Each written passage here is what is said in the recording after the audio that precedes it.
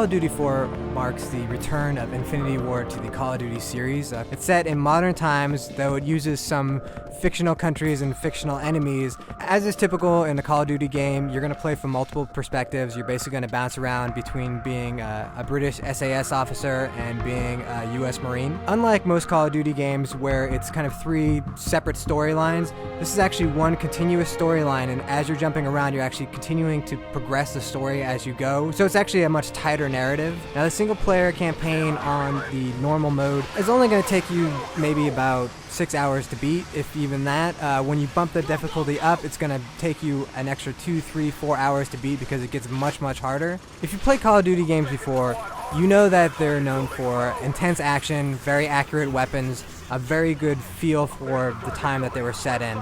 That's the same case now, even though it's in modern combat. All of the weapons feel really accurate, and what's really important is that all of the squad AI has been upgraded. So there's no squad command that's not set up like Rainbow Six or, Brothers in Arms, where you have to tell your squad where to go. And you don't need it because the squad AI is so good that they fight as realistic as you can imagine. In fact, they save your lives a lot of times. There'll be grenades that'll be thrown at your feet, and you'll see your squad mate grab it, pick it up, and throw it back at the enemy. The enemy AI is also advanced from what it was in Call of Duty 2, which was the last Infinity Ward game. You'll see enemies taking flank positions a lot more often.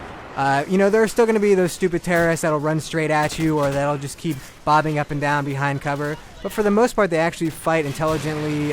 So they're going to use a lot of suppressing fire to keep you from being able to move, but at the same time, they're going to chuck grenades in there so that you have to move. So it does become a lot more of a challenge. What's really good about the single player is that there's a great variety in the mission structure. Instead of just always, going around shooting enemies, you're going to have a lot of variation to those mission structures. So there's one time where you're going to be in a helicopter and you're just on a gun in the helicopter and you're just blowing up guys on roofs. There's one mission where you're actually in this really advanced gunship that the military actually uses, where all you see is just, you're looking down at a screen, you see little white dots that are people, and you're just blowing them up with different caliber guns, and you see these huge explosions, and you actually see the little guys flying left and right, and it's very eerie because you'll hear your co-pilot just saying things like, boom, blew that one up. Oopsie daisy. And also there's a sniper mission where you actually get to go hardcore sniper, where you actually see the effect of the wind on the bullet because you're doing a long-range sniper shot. You have to worry about the Coriolis effect, which is basically from the rotation of the Earth. So you have to adjust your long-range sniper shot to these things just as a real sniper would have to do.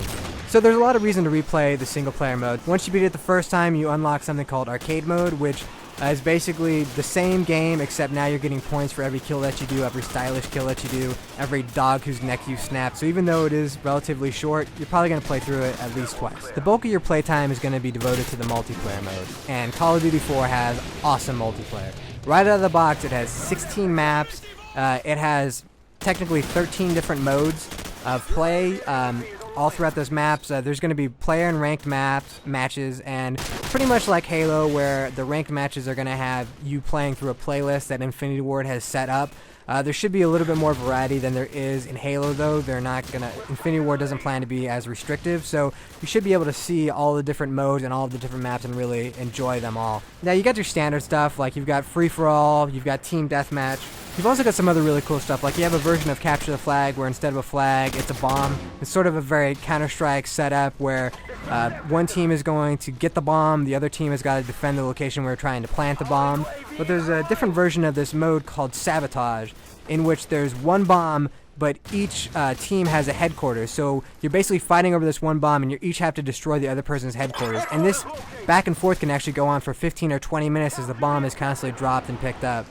And then there are some variants to the modes. There's a hardcore version, which you can put on any of the modes and any of the maps. Hardcore is there's no HUD, which means that there's not even a grenade HUD. So when a grenade drops, you don't see a little icon telling you where it is. You just hear a clink, clink, clink, and then you blow up. There's also basically one shot, one kill. It's realistic damage. And then you have the exact opposite called Old School, where you start off with an Uzi, and every weapon on the map is a pickup. And there's also power-ups as well that you can grab too and stack on each other. And it's sort of a very old school PC version. And the weirdest thing is you can actually click on both options so that you can have something called Old Core, which is old school rules where everything is a pickup, but with hardcore reality physics added to it so that it's still one hit, one kill, no HUD, which kind of creates a third variant, which is really interesting. Now, along with all those modes, there's a really deep RPG system, persistent ranking system that you're going to be using throughout your experience with Call of Duty 4. You're going to be gaining experience for doing kills, for winning matches, and all that stuff will power you up. And then you're going to choose the weapons that you like, and using those weapons more and more is going to power up those weapons and unlock new scopes specifically for those weapons and new challenges. And along with that, you're going to have what are called perks, which are basically skills or powers. And you can have 3 of those. And again, as you progress and gain more levels, you're going to unlock new perks that are available. The perks are really cool. There'll be things like, enhanced health so that you can live a little bit longer. But you can also get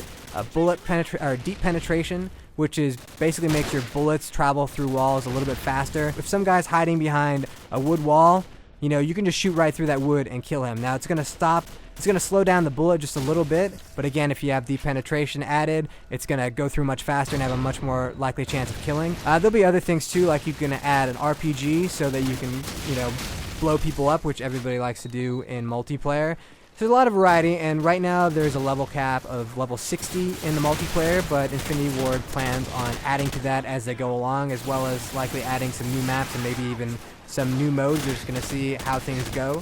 So for certain, anybody who's a fan of shooters, anybody who's a fan of military shooters, absolutely go out there and get Call of Duty 4. You will not be disappointed.